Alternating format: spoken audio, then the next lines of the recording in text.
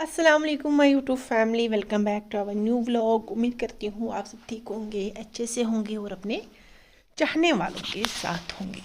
Welcome back है आप सबका फिर से और एक बार मेरी इस यूट्यूब चैनल पे जिसका नाम है बीनिश की दुनिया। तो चैनल पे नए हो, चैनल को सब्सक्राइब कीजिएगा। बेल आइकन को प्रेस नहीं किया है तो please press the bell icon.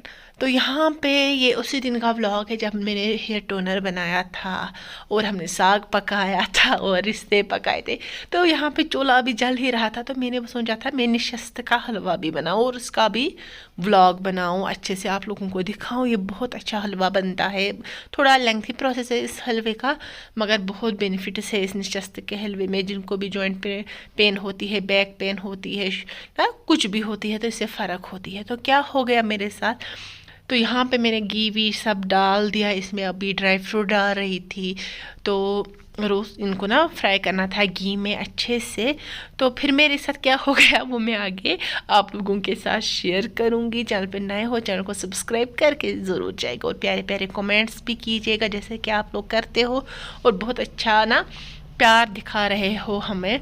ऐसे ही हमें प्यार दिखाए, कमेंट कीजिए, लाइक और शेयर ज़रूर कीजिएगा। तो ये देखिए ड्राई फ्रूट्स मैंने ना सारे ये देखो फ्राई किए थे घी में। उसके साथ क्या उसके साथ क्या हो गया कि मैं ये ब्लॉग ना नहीं बना पाई फिर, मतलब कि इसकी जो रेसिपी है वो नहीं बना पाई फिर मैं कुक विद बीनिश पे। रीज़न यही है जो मैं आगे आप लोगों को बोल दूँगी। तो यहाँ पे मैंने निशस्त का जो पेस्ट था, पानी था, वो बना के रखा था। कैसे क्या आप बोलोगे आप कैसे क्या बनाते हैं, तो वो इंशाल्लाह मैं कुक विद बीनिश पे इसकी कंप्लीट रेसिपी आप लोगों के साथ शेयर करूँगी। तो यहाँ पे बात आती है मैंने ये व्लॉग क्यों नहीं बनाया फिर। तो यहाँ पे निशस्त के जो पेस्ट था इसको मिक्स कर रही थी, फिर मैंने इसमें ड्राई फ्रूट सारे डाल दिए। अब शुगर डाल रही थी क्योंकि फ़ोन तो लग रहा था ट्राईपॉड पे, चल मुझे लगा था चल रहा है, तो वो यहाँ पे हॉट हो गया था फ़ोन। तो वो ऑटोमेटिकली जब फ़ोन हॉट होता है वो कैमरा सब कुछ बंद हो जाता है इसको खुद ही। तो मुझे नहीं पता था ना, तो कैमरा सारा बंद हो गया। जो क्लिप्स मुझे लगी थी चल रही है वो कुछ भी नहीं चल रही, तो उसकी वजह से फिर मैंने फिर हलवा बनाया। उसकी जो रेसिपी है वो फिर मैंने अपलोड ही नहीं की कुक विद बीनिश पे। तो बस इंशाल्लाह नए ना आगे चल के आप लोगों के साथ ये रेसिपी शेयर करूँगी, मगर बहुत मेहनत लगी थी। एक बोलते हैं ना वादनस खसब सुनते ना मैं रोती है मेरे साथ क्या हो गया। तो यहाँ पे मेरे बहन ने फिर रिश्ते जो थे वो ले लिए, उसको तैयार हो गए और यहाँ से हमारा हलवा भी तैयार हो गया। तो इंशाल्लाह कभी आप लोगों के साथ इसकी जो रेसिपी है वो शेयर करेंगे। वो बहुत यम्मी हलवा बनता है इसका। तो कुछ लोग इसकी फिरनी जैसी बनाते हैं, वो येलो येलो टाइप की, तो वो मुझे बिल्कुल भी पसंद नहीं है और उसका टेस्ट भी अच्छा नहीं आता। तो ये देख रहे हो पतीले में कितना हलवा लग गया है। वो ना आग बहुत ज़्यादा तेज़ थी इसकी वजह से और इतना सारा हलवा हमें निकल गया यहाँ पे। तो फिर हमने सोचा चलो खाएंगे, तो उस टाइम हमने नहीं खाया। फिर नेक्स्ट डे हमने ये खाया। इसको ना मैंने यहाँ पे पैन में फिर नए से फ्राई किया। आप अच्छे से आराम से फ्राई हो जाता है क्योंकि उस टाइम ना फिर नून चाय का टाइम था। तो जी यहाँ पे जो फ्राई हो गया, ये गरम अच्छे से हो गया। तो अभी मैं निकाल रही हूँ, अभी मम्मी को टेस्ट करवाते हैं क्योंकि उसने आज से पहले कभी नहीं खाया, बस देखा है और सुना है मेरे मुंह से कि ये बहुत अच्छा और हेल्दी हलवा है। तो मम्मी को बोलते हैं कैसा है। माचो से हाय हलवा कैसा हलवा है टेस्ट क्या थोड़ा बदल वाला मैं बनावे ना बह असल पे बह ना हमिस जहाद जहाबाजस वन क्या। तो जी ये है इस व्लॉग का तीसरा दिन और मॉर्निंग का टाइम है। मम्मी ने यहाँ पे सब्जियाँ निकाली है किचन गार्डन से, अभी वही साफ कर रही है और मैं देख रही थी क्या क्या निकाला है इसने। छोड़स चान बस वन ये तुलो अद बनावो क्या सुन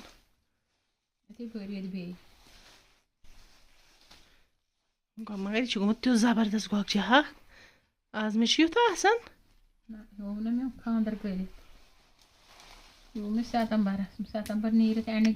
यथ क्या त्रो पे हाकस छोरे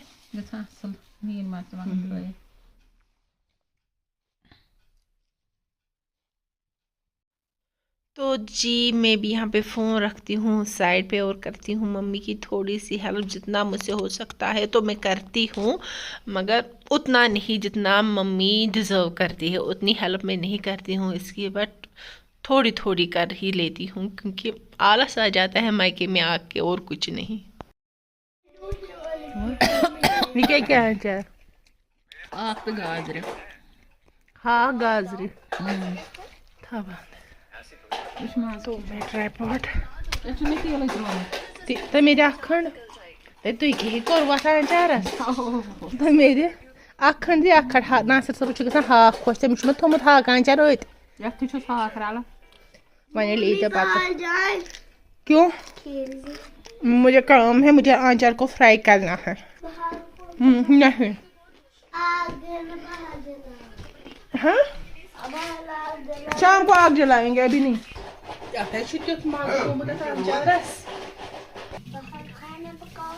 नहीं मुझे आज बाहर नहीं पकाना, मम्मी दपा जी दानस पे दानस पे रान।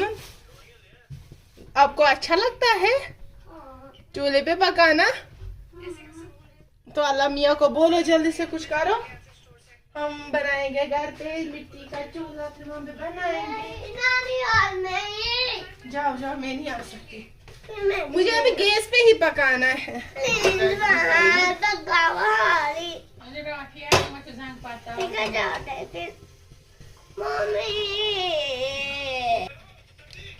तो बहुत ज्यादा यम्मी बना हुआ है ये, तो यहाँ पे मैं थोड़ा सा ऑयल इसमें डालूंगी।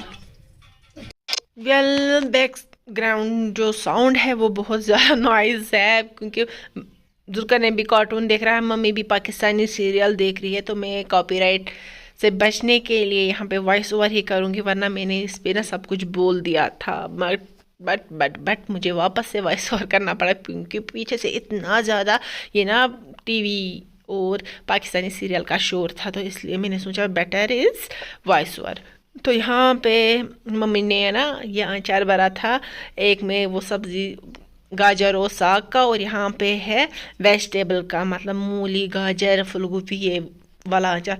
ये इतना यम्मी बना था, इतना मज़े का बना था।